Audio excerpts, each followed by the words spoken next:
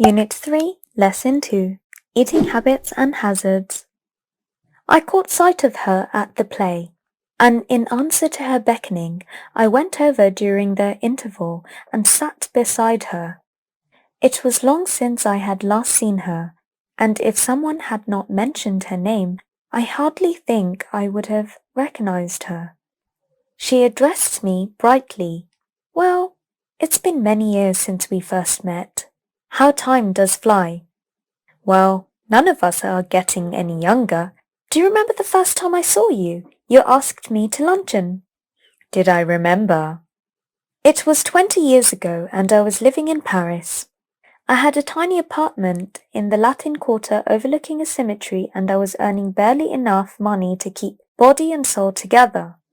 She had read a book of mine and had written to me about it. I answered, thanking her, and presently I received from her another letter saying that she was passing through Paris and would like to have a chat with me. But her time was very limited, and the only free moment she had was on the following Thursday. She was spending the morning at the Luxembourg, and would I give her a little luncheon at Foyot's afterwards? Foyot's is a restaurant at which the French senators eat, and it was so far beyond my means that I had never even thought of going there. But I was flattered, and I was too young to have learned to say no to a woman. I had 80 gold francs to last me the rest of the month, and a modest luncheon should not cost more than 15. If I cut out the coffee for the next 2 weeks, I could manage well enough. I answered that I would meet my friend by correspondence, Foyot's, on Thursday at 12:30. She was not so young as I expected, an appearance imposing rather than attractive. She was in fact a woman of 40, and she gave me the impression of having more teeth, white and large, and even then were necessary for any practical purpose. She was very talkative, but since she seemed inclined to talk about me, I was prepared to be an attentive listener. I was startled when the bill of fare was brought, for the prices were a great deal higher than I had anticipated, but she reassured me. "I never eat anything for a luncheon," she said. "Oh, don't say that," I answered generously. "I never eat more than one thing. I think people eat far too much nowadays. A little fish, perhaps. I wonder if they have any salmon." Well, it was early in the year for salmon, and it was not on the bill of fare, but I asked the waiter if there was any. Yes, a beautiful salmon had just come in. It was the first they had. I ordered it for my guest. The waiter asked her if she would have something else while it was being cooked. "No," she answered. "I never eat more than one thing unless you have a little caviar. I never mind caviar." My heart sank a little. I knew I could not afford caviar, but I could not very well tell her that. I told the waiter by all means to bring caviar. For myself, I chose the cheapest dish on the menu, and that was a mutton chop. "I think you are unwise to eat meat," she said. "I don't know how you can expect to work after eating heavy things like chops. I don't believe in overloading my stomach." Then came the question of drink. "I never drink anything for luncheon," she said.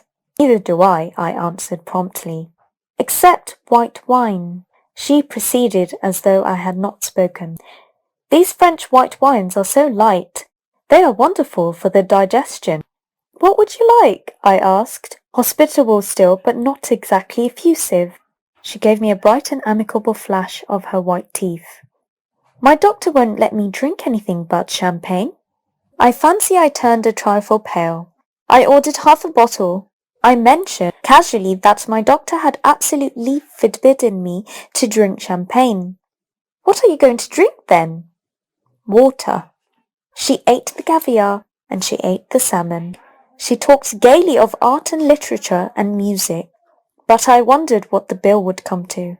When my mutton chop arrived, she took me quite seriously to task. "I see that you're in the habit of eating a heavy luncheon. I'm sure it's a mistake. Why don't you follow my example and just eat one thing? I'm sure you'd feel ever so much better for it." "I am only going to eat one thing," I said. As the waiter came again with the bill of fare, she waved him aside with an airy gesture. No, I never eat anything for luncheon. Just a bite. I never want more than that." and I eat that more as an excuse for conversation than anything else. I couldn't possibly eat anything more unless they had some of those giant asparagus. I should be sorry to leave Paris without having some of them. My heart sank. I had seen them in the shops, and I knew they were horribly expensive. My mouth had often watered at the sight of them. Madame wants to know if you have any of those giant asparagus, I asked the waiter. I tried with all my might to will him to say no. A happy smile spread over his priest-like face, and he assured me that he had some. So splendid, so tender, that it was a marvel. I'm not in the least hungry, my guest sighed, but if you insist, I don't mind having some asparagus. I ordered them. Aren't you going to have any? No, I never eat asparagus. I know there are people who don't like them. The fact is, you ruin your palate by all the meat you eat. We waited for the asparagus to be cooked. Panic seized me. It was not a question now of how much money I should have left over the rest of the month, but whether I had enough to pay the bill. The asparagus appeared. They were enormous, succulent and appetizing. The smell of the melted butter tickled my nostrils. Coffee? I said. Yes, just an ice cream and coffee, she answered. I was past caring now, so I ordered coffee for myself and an ice cream and coffee for her. You know, there's one thing I thoroughly believe in, she said as she ate the ice cream. One should always get up from a meal feeling one could eat a little more. Are you still hungry? I asked faintly. Oh no, I'm not hungry, you see. I don't eat luncheon. I have a cup of coffee in the morning and then dinner, but I never eat more than one thing for luncheon. I was speaking for you. Oh, I see. Then a terrible thing happened. While we were waiting for the coffee, the head waiter, with an ingratiating smile on his false face, came up to us bearing a large basket full of huge peaches. They had the blush of an innocent girl. They had the rich tone of an Italian landscape. But surely peaches were not in season then. Lord knew what they cost. You see, you filled your stomach with a lot of meat, my one miserable little chop, and you can't eat any more. But I've just had a snack, and I shall enjoy a peach. The bill came, and when I paid it, I found that I had only enough for a tip. Her eyes rested for an instant on the 3 francs I left for the waiter, and I knew that she thought me mean. But when I walked out of the restaurant, I had the whole month before me and not a penny in my pocket.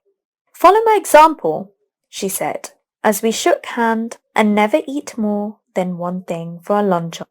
I'll do better than that, I retorted. I'll eat nothing for dinner tonight. Humorist, she cried gaily, jumping into a cab. You're quite a humorist. But I have had my revenge at last. I do not believe that I am a vindictive man, but when the immortal gods take a hand in the matter, it is pardonable to observe the result with complacency. Today she weighs 21 stone.